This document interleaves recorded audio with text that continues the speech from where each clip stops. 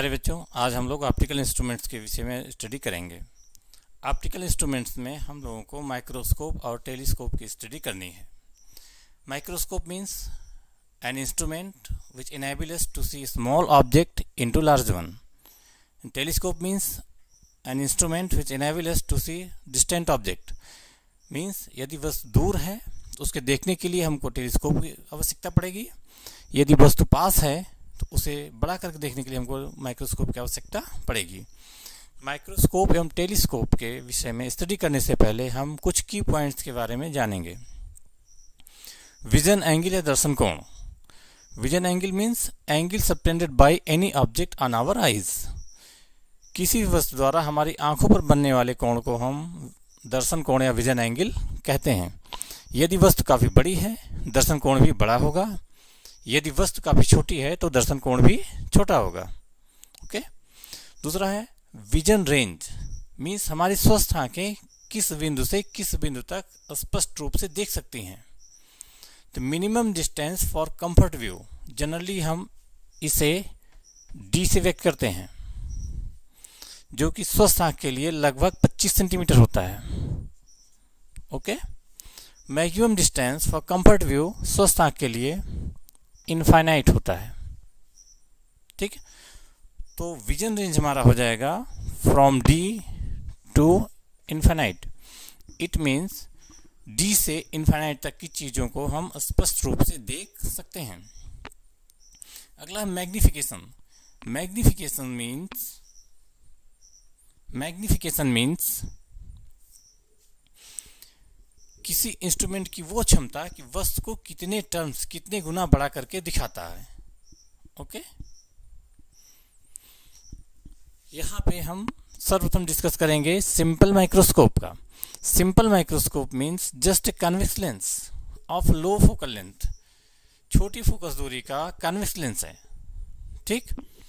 यहाँ पे एक कन्वेक्स लेंस है, ओजे आपका ऑब्जेक्ट है, आई जी इसकी इमेज है। आई जी द्वारा जो एंगल सबटेंड हो रहा है थीटा आई, ओ जे द्वारा जो एंगल सबटेंड हो रहा है थीटा नॉट। अब यहां पे हम देखते हैं दर्शन कोण, आंख पे बनने वाले दर्शन कोण को कैलकुलेट करना व्यवहारिक रूप से संभव नहीं है।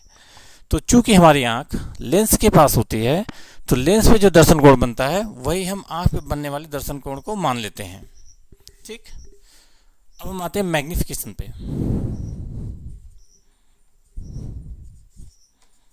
Magnification M equal to theta I upon theta naught. Theta I image द्वारा बनने वाला visual angle, theta naught object द्वारा बनने वाला विजुअल एंगल। अब जी आई ओ डैश और ओ जे ओ डैश दोनों ट्राइंगल को ध्यान में रखेंगे। थीटा यदि स्मॉल है, ये अप्रोक्सीमेट इक्वल टू होगा tan थीटा के। यहाँ से theta I equal to I G upon I O dash upon theta not के लिए O J equal to I J dash, O J upon I O dash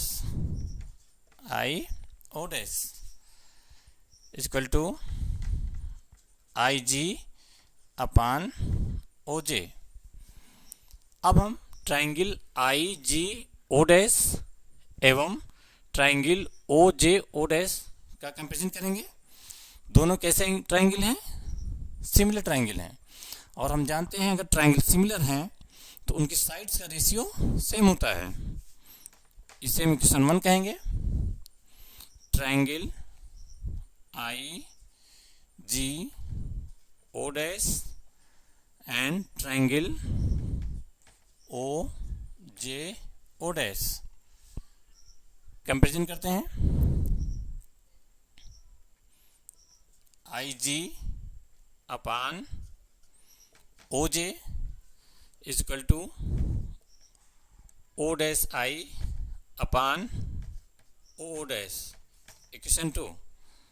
अब equation 1 and 2 दोनों को एक साथ लेते हैं। m is equal to O dash I upon O dash,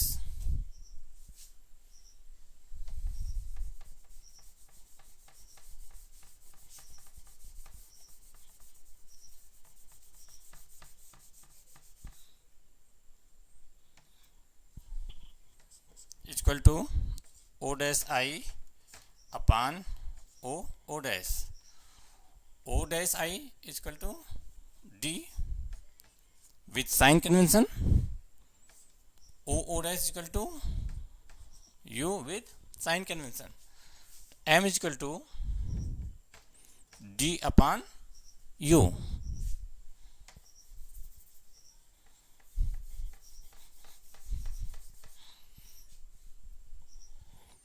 m equal to D upon U. अब हमारे पास दो केस हैं। यदि इमेज मिनिमम कंफर्ट व्यू बन रही है, case 1 v equal to D, image कहाँ बन रही है? मिनिमम कंफर्टेबल व्यू पर।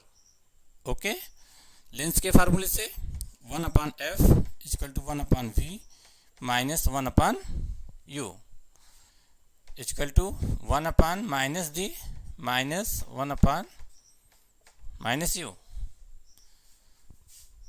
यहाँ से 1 upon U is equal to 1 upon F plus 1 upon D. Putting the value of 1 upon U in magnification formula, m is equal to D 1 upon U के स्थान पर क्या लिख सकते हैं? 1 upon F plus 1 upon D is equal to 1 plus D upon F. Okay,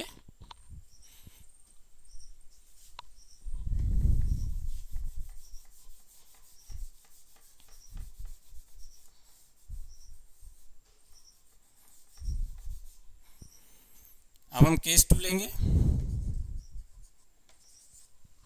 जब image बन रही है इनफाइनाइट पर, v इक्वल टू इनफाइनाइट, अब लेंस का फार्मूला लगाएंगे।